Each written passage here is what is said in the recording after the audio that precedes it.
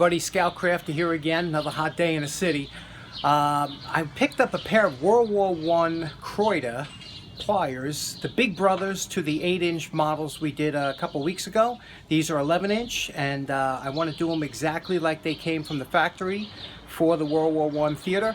So let's go do it and check it out. Okay, today's model is, I'm really excited about these. These are a Kraeuter WW1. This is the big brother to the other set that I did, the 8-inch model. This is a 11-inch model. You can see here it's 11 inches.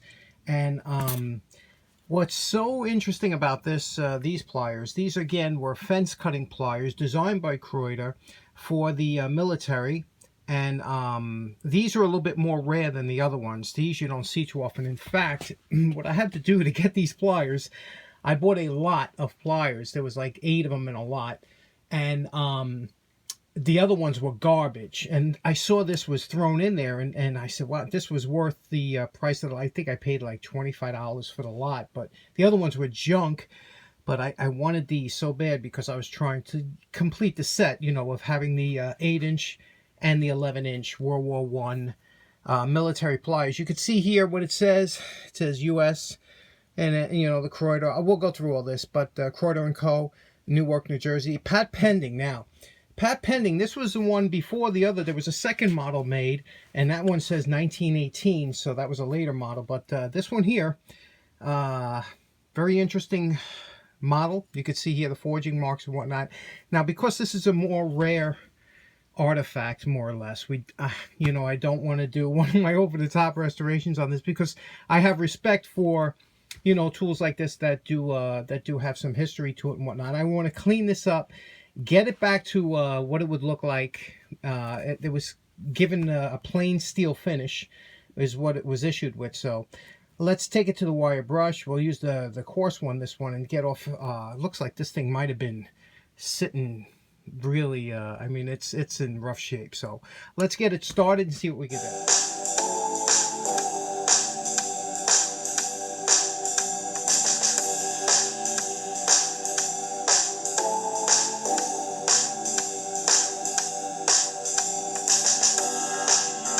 Okay, here we have a post-wire brush evaluation, and I was able to get all the rust off using the 2 different wire brushes and everything. And now you can see the lettering here, very nicely stamped with the U.S. markings. This side looks like a little bit different than this side, but definitely a nice example of a pair. Now you can see here this one ridge line. And you can see they attempted a grind on it, you know. You see the grinding marks there? So they did run it through a grinder, but they didn't run it through enough. That would be an annoying, you know, ridge. So we'll take that off, make these flat.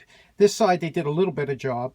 But again, remember with the military pliers, anything made for the military, they just zip-zang and throw it into the bin or whatever. Now, I'm not going to polish this one out because, like I said, it is a, I want to keep this as original as possible, and I'm going to try and make a black type finish, not like a Japanning. I learned my lesson on that one, but I'm thinking of a rub down with the thin down enamel paint will blacken this and make it durable and still retain a lot of the look for the original. So let's get started with that. We'll take off these ridge lines here and then wipe it down with some denatured or okay, let's talk a little bit about the belt sander real quick. For some, I've been getting some questions about why I do what I do, and this is called a platen, and this fits behind the belt here, and the belt runs along the platen, and when you want to belt sand something flat, this is great because this gives you a flat surface that when you press the item against here, whatever the item is, if you press it against here, it's going to give you a flat finish. However, when we're doing tool restoration, 90% of what we do is curved or not flat. So I removed the platen. Now you'll see there's a little bit of flex into the belt. There always is in every belt. Now, especially like handles like this. See, I want to get that handle, that ridge line off the handle. Now, I left just a trace of it in there that you could see it, but when you wanted to do that, if I was to put it against a flat surface, you know, flat platen, it would only give a kind of a faceted finish. So it would be flat, flat, flat. So by this way, you could see the flex. It actually contours around the part as the belt is running, which gives it a really nice finish and curves around. Feels really nice in the hand. When you put this in your hand, that's the way you want it to feel. So on a flat surface like this, you want that flat. Now, if I want to use a flat surface like this, that's why you'll see me take this stick here, and you can see it's worn down on the inside. I did that on purpose. If you have a sharp stick, you quickly sand it down so it's soft, so you're not, abrading the back of the belt. But by putting it against here, now I can control where I want that belt to hit. So sometimes I'll have a high spot here and a low, and I don't want to hit here. So I'll just touch the top here, and that's why you see me do what I do with the stick. Believe it or not, if I have a curved area, sometimes you'll see me take a piece of paper towel and hold a piece of paper towel over here to get a little bit extra force. But see, even the top here of this jaw is curved. It's not a flat surface. So when I put this against here, it's going to be beautiful because it's going to flex around it and give this a real nice finish. That's not what we're looking for on these pliers, but and you can see here, all of it is curved. And that's because when they use the big belt sanders in the factories, they don't have the platen behind it. They just zip, zip, zip. That's, and they want that. So good key. I don't like the platens on here. I usually take them off.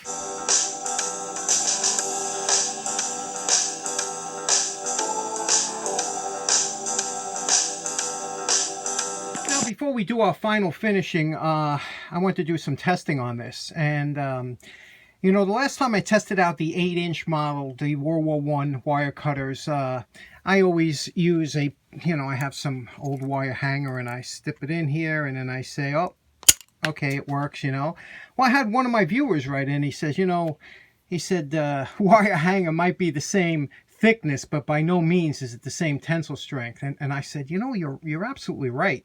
To test it on this is, it's not really a good test. So I contacted one of the premier barbed wire distributors in North Dakota, and I asked this guy, Will, his name was, a real nice guy, and I told him, I said, look, I'm doing some testing on some, vintage pliers and whatnot, and I was looking for some barbed wire that was very close to what they had in, World War I or something like that. And he laughed because he says, I have some new old stock barbed wire from back in the day. He says, very close to what it was. And he says, he sent me, I bought 20 feet from him just to do some testing.